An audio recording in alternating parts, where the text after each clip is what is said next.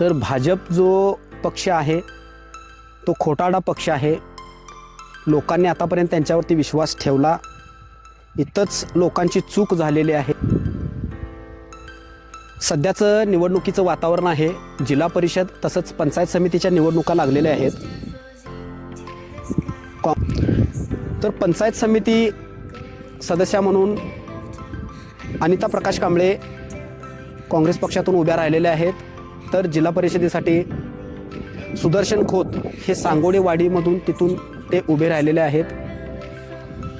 तर या दोघांना देखील आपण निवडून आणून द्यायचं आहे.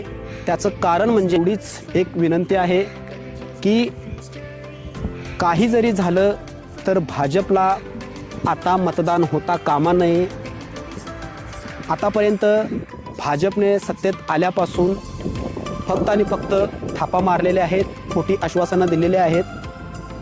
म्हणून आज आपण या लोकांना निवडून आणून द्यायचं आहे. तर